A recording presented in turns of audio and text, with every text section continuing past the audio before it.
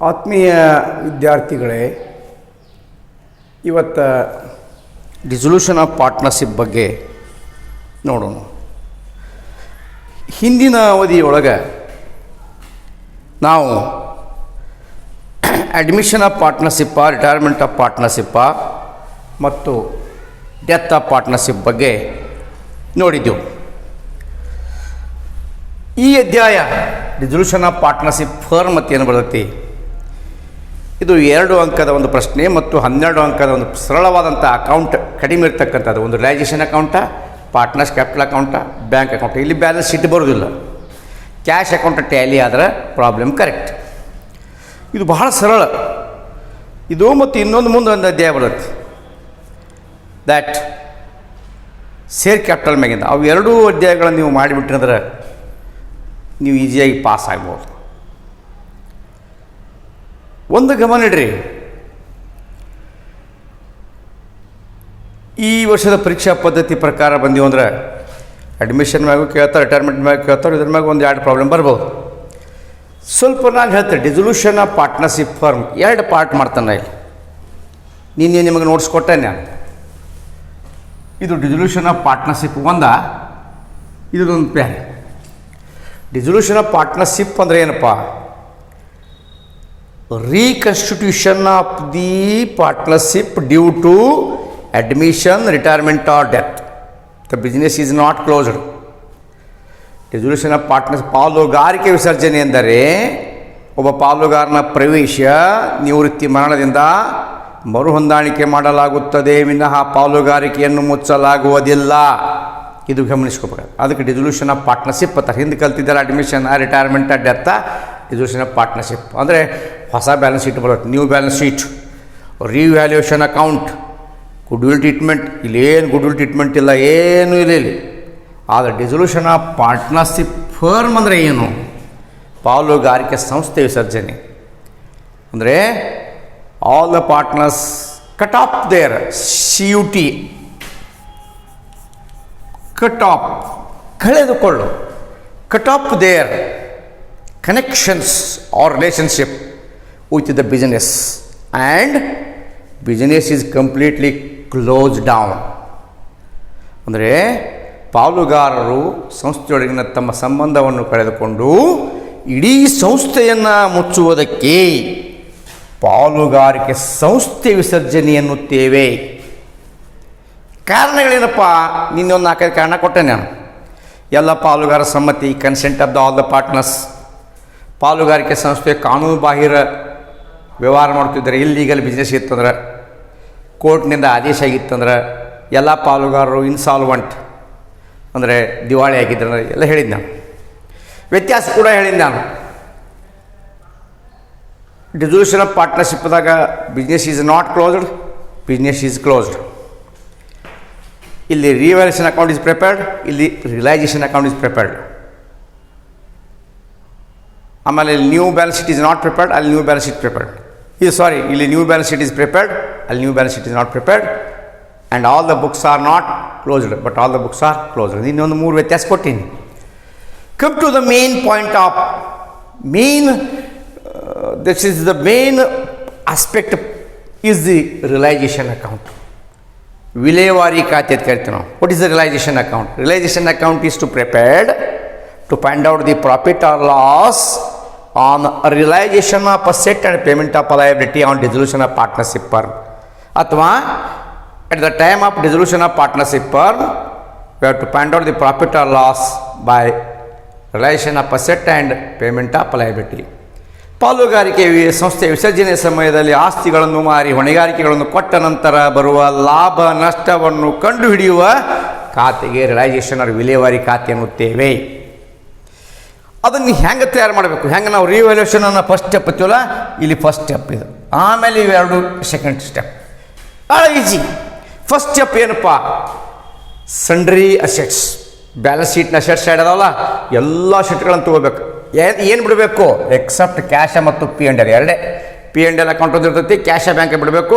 ಎಲ್ಲ ಒಟ್ಟು ಡೆಟಾರ್ಸ, ಬಿಲ್ಸ್ ಇಲ್ಲ, ಗುಡ್ ಇಲ್ಲ, ಏನೋ ಎಲ್ಲ ತೊಗೊಳ್ಳೋದು. ಆದರೆ ಒಂದು ಈಗಾಗಲೇ ಅಲ್ಲಿ ಡೆಟಾರ್ಸ್ಗೆ PDD ಇತ್ತಂದ್ರೆ ಫುಲ್ ತೊಗೊಳ್ಳೋದು ಆ ಪಿ ಡಿ ಡಿ ಅಮೌಂಟನ್ನು ಇಲ್ಲಿ ಬರ್ದು ನೋಡ್ರಿ, ಆ ಪಿ ಡಿ ಡಿನ ಇಲ್ಲಿ ತೊಗೊಳ್ಳೋದು. For example debtors 20,000 less P D D 2,000 ಇತ್ತಂದ್ರೆ ಅವಾಗ 18,000 ಹೊರಗೆ ಬಂದಿರ್ತೈತಿ.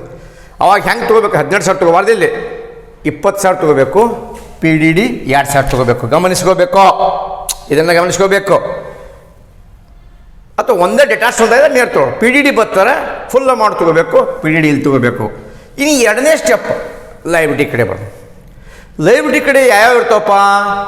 ಕ್ರೆಡಿಟಾರ್ಸ್ ಅದ, bills payable, B O D and outside loans. Partners loan ತೊಗೋಬಾರ್ದು ಯಾವಾಗಲೂ. ಪಾರ್ಟ್ನರ್ಸ್ ಲೋನ್ ಅಂದ್ರೆ ಹೆಂಗಪ್ಪ? For example X Y Z partners ಅದಾರಂದ್ರೆ ಜಡ್ ಲೋನ್ ಅಂತ ಬತ್ತಂದ್ರೆ ತೊಗೋಬಾರ್ದು, ಇಲ್ಲಿ ತೊಗೋಬಾರ್ದು. ಎಕ್ಸ್ ಲೋನ್ ಬತ್ತ ತೊಗೋಬಾರ್ದು, ಮಿಸ್ಸಸ್ ಎಕ್ಸ್ ಲೋನ್ ತೊಗೋರಿ, ಔಟ್ಸೈಡ್ ಲೋನ್ ಆಕೈತಿ. ಆಮೇಲೆ ಕ್ಯಾಪಿಟಲ್ಗಳು ತೊಗೋಬೇಡ್ರಿ. ಆಮೇಲೆ ರಿಸರ್ವ್ ಅಂತ ತೊಗೋಬೇಡ್ರಿ. ಕ್ಯಾಪಿಟಲ್ಗಳನ್ನ ಅಲ್ಲಿ ತೊಗೋತೀವಿ, ರಿಸರ್ವ್ ಕ್ಯಾಪಿಟಲ್ಗಳನ್ನ ಇಲ್ಲಿ ತೊಗೋತೀವಿ ನಾವು. ರಿಸರ್ವ್ನ ಈ ರೀತಿ ಹಚ್ತೀವಿ ನಾವು, ಅವ್ನು ತೊಗೋಬಾರ್ದು. ಯಾವ್ಯಾವ ತೊಗೋಬೇಕು? ಕ್ರೆಡಿಟಾರ್ಸ, ಬಿಲ್ಸ್ ಪೇಬಲ್ಲ, B O D, outside loan, outside expenses ಏನು ತೊಗೋಬೇಕು. ಇದು ಒಂದನೇ ಸ್ಟೆಪ್. ಎರಡನೇ ಸ್ಟೆಪ್. ಮೂರನೇ ಸ್ಟೆಪ್ ಪ್ರಾಬ್ಲಮ್ನ ಕೆಳಗಡೆ ಇರ್ತೈತಿ. ಏನಿರ್ತೈತಿ? ಅಸೆಟ್ಸ್ ರಿಲೀಸ್ಡ್ ಬರ್ತಾರೆ, ಮಾರಲ್ಪಟ್ಟಿತ್ತು. ಏನೇನು ಮಾರ್ಯಾವ ಅನ್ನೋದು ಲಿಸ್ಟ್ ಕೊಟ್ಟಿರ್ತಾರೋ, ಹೆಂಗೆ ಮಾರ್ಯಾವ ಅನ್ನೋದು ಕೊಟ್ಟಿರ್ತಾರೆ. ಅವ್ರು ವ್ಯಾಲ್ಯೂ ಕೊಟ್ಟಿರಂದ್ರೆ ವ್ಯಾಲ್ಯೂ ಹಚ್ಚೋದು, ಇಲ್ಲ ಮೋರ್ ಅಂದಿರಂದ್ರೆ ಎಷ್ಟು ಮೋರ್ ಆಗೈತಿ ಅಷ್ಟು ಪ್ಲಸ್ ಮಾಡಿರಿ, ಲೆಸ್ ಆಗೈತಿ ಅಟ್ಟ ಮೈನಸ್ ಮಾಡಿರಿ. ನೋಡಿರಿ ಹೆಂಗೆ. ಈಗ ಮಷಿನರಿ 20,000 ಇತ್ತು, ಮಷಿನರಿ 20,000 ಇತ್ತು, ಸೋಲ್ಡ್ ಫಾರ್ 10% ಮೋರ್ ಅಂದ್ರೆ 20,000 10% ಎಟ್ಟಾತ್ರಿ 2,000. 20,000ಕ್ಕೆ 2,000 ಕೂಡಿಸ್ಕೋಬೇಕು, ಮೋರ್ ಇದ್ರೆ ಕೂಡಿಸ್ಕೊಂಡು 22,000 ಹಚ್ಕೋಬೇಕು. ಫರ್ನಿಚರ್ 5,000 ಲೆಸ್ 10% ಅಂದರೆ 500 ಮೈನಸ್ ಮಾಡಿಸ್ಕೋಬೇಕು. ಅಥವಾ ಅವ್ರು ಕೊಟ್ಟಿದ್ದು ವ್ಯಾಲ್ಯೂ ಹಚ್ಕೋಬೇಕು. ಅಥವಾ ಏನೂ ಕೊಟ್ಟಿಲ್ಲ ತಿಳ್ಕೊರಿ, ಇಲ್ಲೆಲ್ಲ ಏನೇನೋ ಕೊಟ್ಟಾನ, ಶೆಟ್ಗಳೆಲ್ಲ ಕೊಟ್ಟಿದ್ದ, ಇಲ್ಲಿ ಏನೇನು ಮಾರ್ಯಾವನಿಗೆ ಕೊಟ್ಟಿದ್ದ, ಇಲ್ಲಿ ಏನು ಕೊಟ್ಟಿರ್ತಾನೆ ನಮಗೊಮ್ಮೆ ಗುಡ್ ವಿಲ್ ಕೊಟ್ಟಿರ್ತಾನೆ, ಇಲ್ಲಿ ಗುಡ್ ವಿಲ್ ಕೊಟ್ಟಿರಂಗಿಲ್ಲ, ಅವಾಗ ಗುಡ್ ವಿಲ್ ತೊಗೊಳಂಗಿಲ್ಲ. Goodwill is worthless. ಅದೊಂದು ಈ ಲಿಸ್ಟ್ನ್ಯಾಗ ಕೊಟ್ಟು ಇಲ್ಲಿ ಗುಡ್ ವಿಲ್ ಕೊಡಲಿಲ್ಲ ಅಂದ್ರೆ ಗುಡ್ ವಿಲ್ ತೊಗೊಳಕ್ಕೆ ಹೋಗ್ಬೇಡ್ರಿ. ಗುಡ್ ವಿಲ್ ಐತಂದ್ರೆ ತೊಗೋರಿ, ಇಲ್ಲ ತೊಗೊಳಕ್ಕೆ ಹೋಗ್ಬೇಡ್ರಿ.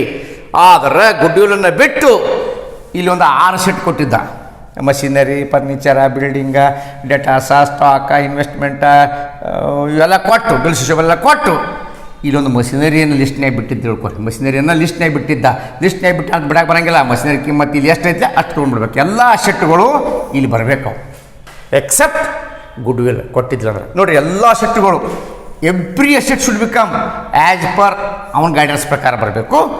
ಇಲ್ಲ ಅಂದರೆ ಅವು ಏನು ಹೇಳಿದ್ರೆ ಆ ಪ್ರಕಾರ ಬರಬೇಕು. ಇದು ಮೂರನೇ ಸ್ಟೆಪ್. ನಾಲ್ಕನೇ ಸ್ಟೆಪ್ಪಿಗೆ ಬರ್ತಾನೆ ನಾನು, ಪಾರ್ಟ್ನರ್ಸ್ ಕ್ಯಾಪಿಟಲ್ ಅಕೌಂಟ್. ಏನು ರೀ? ಸಾರಿ, ಕ್ಯಾಶ್ ಆರ್ ಬ್ಯಾಂಕ್. ಲೈಬಿಲಿಟಿ ಕೊಡಬೇಕು. ನೋಡಿರಿ, ಎಲ್ಲ ಲೈಬಿಲಿಟಿಗಳು ಇಲ್ಲಿ ಹೆಂಗೆ ಲೈಬಿಲಿಟಿಗಳು ಯಾವ್ಯಾವ ಇರ್ತಾವೆ ಎಲ್ಲ ತೊಗೊಂಡಿರ್ತೀವಿ. ಡಿಸ್ಕೌಂಟ್ 5% ಡಿಸ್ಕೌಂಟ್ ಮೈನಸ್ ಮಾಡಿ ಹಚ್ಚಬೇಕು. ಇನ್ನು ಅನ್ರಿಕಾರ್ಡೆಡ್ ಅಸೆಟ್ ಬರ್ತಾವೆ ಇಲ್ಲಿ. ರಿಕಾರ್ಡೆಡ್ ಅಸೆಟ್ಸ್ ಯಾವ ರೀ ಬ್ಯಾಲೆನ್ಸ್ ಶೀಟ್ನಾಗ ಇರೋಂಗಿಲ್ಲ, ಕೆಳಗೆ ಕೊಟ್ಟಿರ್ತಾರೆ ಅವು ಅಸೆಟ್ಗಳನ್ನು ತೊಗೊರಿ, ರಿಲೀಸ್ಡ್. ಇಲ್ಲಿ ತೊಗೊಳಕ್ಕೆ ಹೋಗ್ಬೇಡ್ರಿ. ಇಲ್ಲಿ ಏನದಾವು ಆ್ಯಸ್ ಪರ್ ಬ್ಯಾಲೆನ್ಸ್ ಶೀಟ್ನಾಗ ಹೆಂಗೆ ಐತಿ ಯಥಾ ರೀತಿ, ಇಲ್ಲಿ ಬ್ಯಾಲೆನ್ಸ್ ಶೀಟ್ನಾಗ ಹೆಂಗೆ ಯಥಾ ರೀತಿ. ಇಲ್ಲಿ ಬಂದಾಗ ಬ್ಯಾಲೆನ್ಸ್ ಶೀಟ್ನಾಗ ಹೆಂಗೆ ಮಾಡ್ತಾವೆ ತೊಗೊಂಡು ಮೋರ್ ಇದ್ರೆ ಮೋರ, ಲೆಸ್ ಇದ್ರೆ ಲೆಸ್, ಇಲ್ಲರ್ ಕೆತ್ಕೊಂಡು ಅನ್ರಿಕಾರ್ಡೆಡ್ ಅಸೆಟ್ ಇದ್ರು ತೊಗೋರಿ. ಹಂಗೆ ಇಲ್ಲಿ ಬಂದು ಕೂಡ ಅನ್ರಿಕಾರ್ಡೆಡ್ ಲಯಬಿಲಿಟಿ ತೊಗೋರಿ. ಅಥವಾ ಲೆಸ್ ಅಂದರೆ ಡಿಸ್ಕೌಂಟ್ ಇದ್ರೆ ತೊಗೋರಿ. ಏನೂ ಹೇಳಿಲ್ಲ, ಡಿಸ್ಕೌಂಟ್ ಹೇಳಿಲ್ಲ, ಏನು ಹೇಳಿಲ್ಲ ಅಂದರೆ ಇಲ್ಲಿ ಎಷ್ಟೈತಿ ಅಷ್ಟು ಲಯಬಿಲಿಟಿ ಕಂಪಲ್ಸರಿ ಕೊಡಬೇಕು. ಫಾರ್ ಎಕ್ಸಾಂಪಲ್ ಕ್ರೆಡಿಟಾರ್ಸ್ ಒಂದು 30,000, ಬಿ ಪಿ ಒಂದು 20,000 ಇತ್ತು. ಏನು ಹೇಳಿದಂದ್ರೆ 30,000 20,000 ಕಂಪಲ್ಸರಿ ಕೊಡಬೇಕು. ಹೇಳಿಲ್ರಿ ಅಂತ ಬಿಡಕ್ಕೆ ಬರೋಂಗಿಲ್ಲ. ಇಷ್ಟ ಆದಮೇಲೆ ಒಮ್ಮೊಮ್ಮೆ ಪಾರ್ಟ್ನರ್ಸ್ ಯಾರು ಅಸೆಟ್ ತೊಗೋತಿರ್ತಾರೆ. X took over the machinery. So machinery account ಅನ್ನಬಾರ್ದಲ್ಲಿ ಎಕ್ಸ್ ಕ್ಯಾಪಿಟಲ್ ಅಕೌಂಟ್. ಯಾವ ಪಾರ್ಟ್ನರ ಏನು ತೊಗೋತಾನಲ್ಲ ಅವನ ಹೆಸರಲ್ಲಿ ಹಾಕಿಬಿಡೋದು. ಮಷಿನರಿ ತೊಗೊಳಲ್ಲೋ partners capital, X capital account, machinery taken. Y took over the furniture, Y's capital account. Z took over the investment, Z capital account, investment. ಅದು ಎಷ್ಟು ತೊಗೊಂಡಾರ ವ್ಯಾಲ್ಯೂ ಬರ್ಕೋಬೇಕು. ಹಾಗೆ ಇಲ್ಲಿ ಲೈಬಿಲಿಟಿನ ತೊಗೋತಾರೆ, ಲೈಬಿಲಿಟಿ ತೊಗೋತಾರೆ. ಏನಪ್ಪ?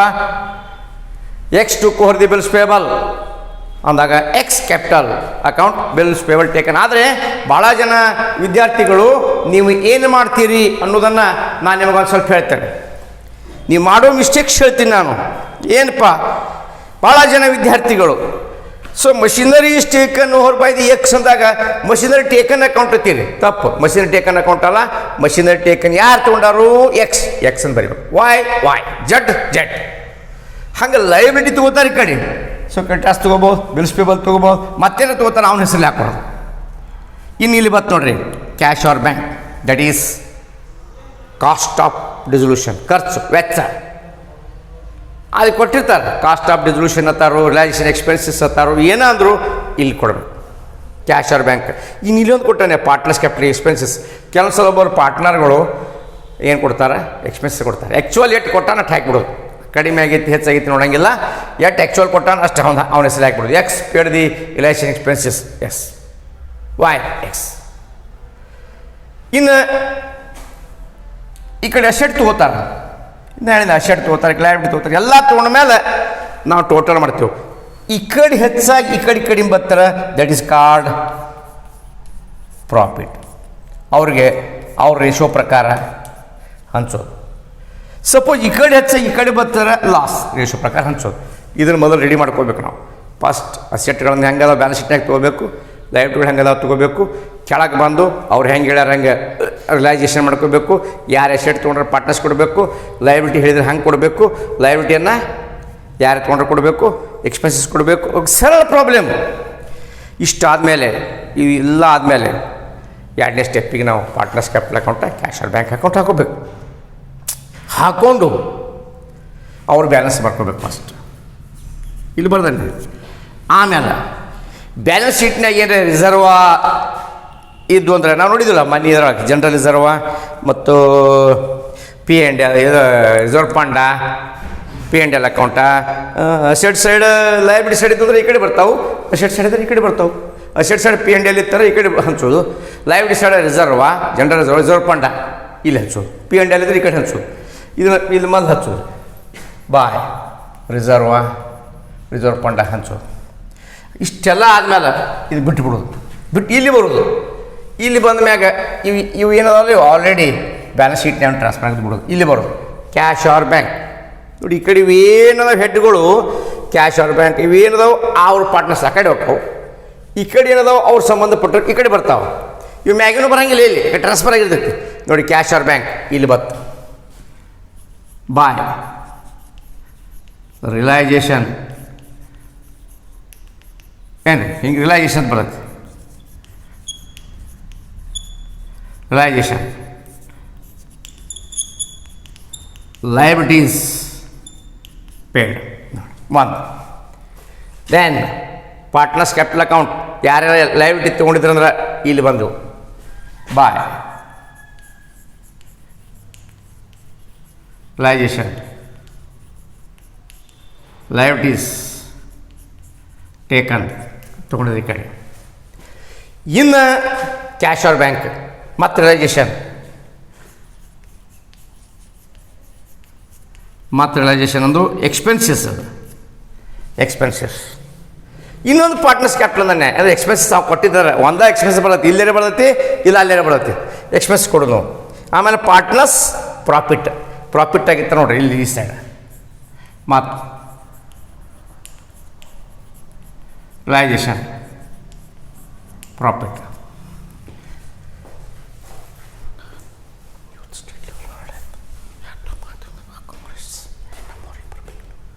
Partners capital account, partners capital account ನೋಡಿರಿ.